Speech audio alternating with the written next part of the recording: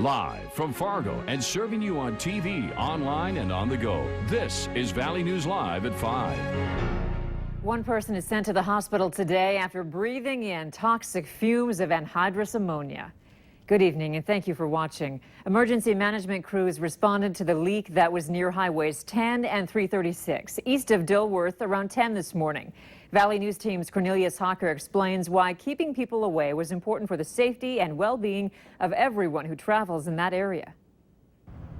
Anhydrous has a great affinity for water. That attraction to water is why the Glendon Fire Department and other emergency management agencies made the decision to shut down Highway 336. A fitting or a pipe is something let loose for these tanks, and it was spewing out in the open on the ground. In large amounts, anhydrous ammonia can kill a person, but breathing in just a small amount of it can cause burning of the eyes, nose, and throat, something a railroad worker found out today. There was one railroad person that was injured. He was up, I believe, on the tracks and drove through the plume of anhydrous. Once news of this broke on Facebook, some people chimed in saying it was bad for the environment, comparing it to what happens when an oil pipeline breaks. However, that's not the case. Anhydrous ammonia is used all the time by farmers to fertilize their soil. There's only a problem if the anhydrous ammonia leaks out of the high-pressure tanks. Once it's finished leaking, it dissolves into the air, leaving no lasting impact. Andrea? All right, thank you. Glendon Fire Chief Chuck Nuss says tanks can leak from time to time, but says it's very rare and something people shouldn't worry about. New for you now at 5, the Kittson County Sheriff's Department is asking for your help in finding the driver of this green Ford pickup truck. Surveillance footage caught the driver of the vehicle pulling up to a gasoline tank, then proceeding to steal gas at a rural residence near Carlstead. Now take a look at this. The owner saw the theft was happening, went outside to confront the person stealing the gas, and then the suspect hurried to get back into the truck and drove off. The Kittson County Sheriff's Department says if you have any information on this case, you're asked to give them a call. Moorhead police say charges are being filed against these two brothers in connection with a 4-hour-long standoff in South Moorhead yesterday afternoon. They are identified as Hector Otoniel Flores and Hector Lionel Flores. Police say both have extensive criminal records. 3 other people were also taken into custody but were later released. Here's video from the incident. A child was also in the home and has been placed with social services. Lieutenant Tori Jacobson says police confiscated a .22 caliber rifle following the arrests. Stay with Valley News Live for more on this developing story. Quiet with a few clouds today, but nothing major. Hutch, are we in store for some changes tonight? Well, again, we're seeing the cloudiness throughout the better part of the day starting to break up out in our western counties just a little bit, but for most of the evening it does look dry with mostly cloudy skies continuing. Taking a look at temperatures, it is significantly warmer in the central Dakotas where we have mid-60s in the Bismarck area. Low 50s up and down the Red River Valley and mid 40s out in Lakes Country. So fairly steady temperatures with those clouds across the area this evening. Low 50s and upper 40s in Fargo-Moorhead. Wind not too bad. And we'll have partly to mostly cloudy skies give way to a few breaks as we head to the late night hours. Coming up, we'll have pretty quiet weather over the next several days. We'll talk about a little bit of a warm-up as well here in just a few moments. Anytime you say that this time of year, you get lots of cheers. You're paying attention, aren't you? Yeah, lots of cheers. Warm up. Thank All right, you. You bet. 2 Minnesota parents are angry and warning others to be aware after they say a man answered the door to trick-or-treaters while naked. It happened about 6:30 last night on Riverside Avenue in Park Rapids, Minnesota. A parent was with the children and reported it to police right away. She says it ruined the evening for the 3 children. Park Rapids police are still investigating and say they cannot confirm at this point whether or not the man was naked. I don't think my kids were the only one unless there were some kids without parents there. And he did that and they got scared and they ain't saying nothing. Coming up tonight on Valley News Live at 6, hear more from the parents about what exactly happened and if police can charge someone for answering the door naked. The search for a missing man from Cass County, Minnesota is over. Police say they found the body of 66-year-old Kenneth Gale. He was reported missing on October 25th after an overturned canoe was found on Leech Lake. That's located here about 120 miles east of Fargo. Gale was from Federal Dam, Minnesota. The brother of the St. Cloud Mall attacker has been released from prison, but he remains in custody of Immigration and Customs Enforcement, also called ICE. Just days ago, Abdullahi Adan changed his plea after being arrested on drug charges. He was sentenced to just under a year of probation and let go, but there was an ICE detainer issued for Adan because of his immigration status. Since he was charged with felonies, it could affect his immigration status. Adan was also part of a group of inmates suing the Cass County Jail after alleging they were fed pork without knowing. The North Dakota Highway Patrol wants to know who poured motor oil all over the front of the Capitol building last night. Take a look at this. Investigators say the oil was poured on the doors, sidewalk, and walls. The vandals left a sign that said, "You can't drink oil," a possible reference to the North Dakota Access Pipeline controversy.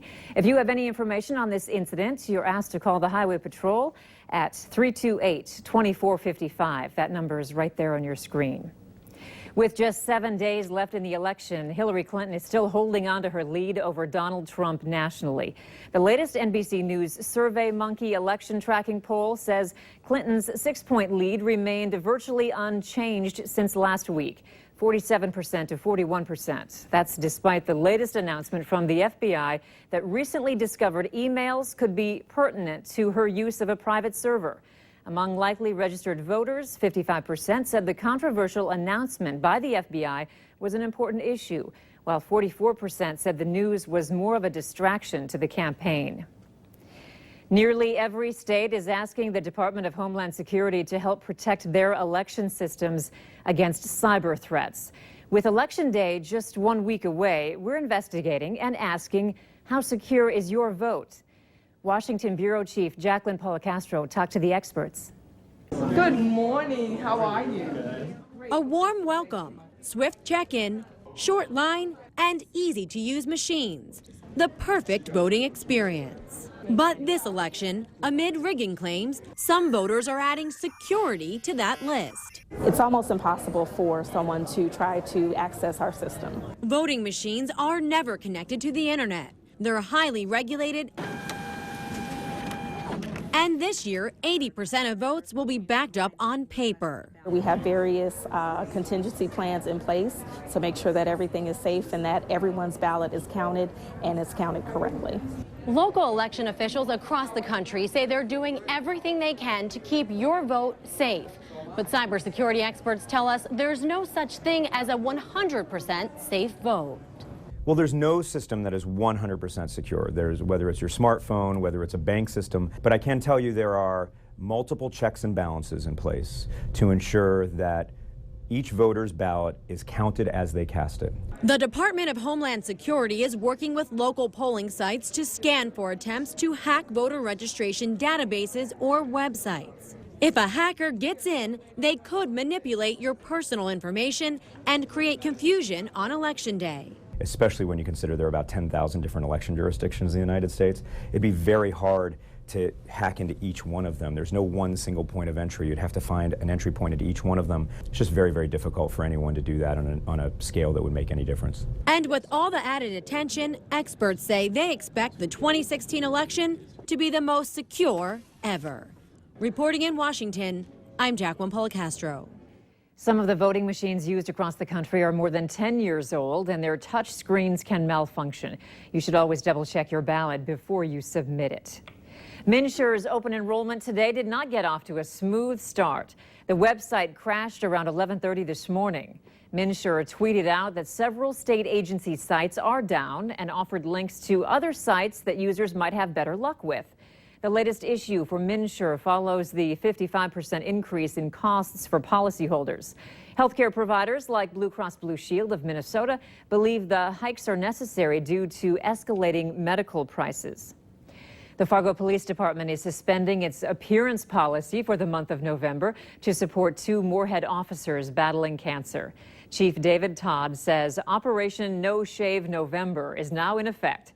For a donation, men can grow a mustache or a beard, and women can paint their nails police blue or have a thin blue line in their hair. As you can see in this picture, the beards are growing in nicely. The proceeds will go to help Officer Shank and Detective Larson with the Moorhead Police Department, both of whom are battling cancer. Grand Forks Police and Sheriff's deputies are also taking part to raise money for a family member of one of their officers. Remember to like Valley News Live on Facebook. You can follow the latest news, weather, and breaking news updates anytime on your feed.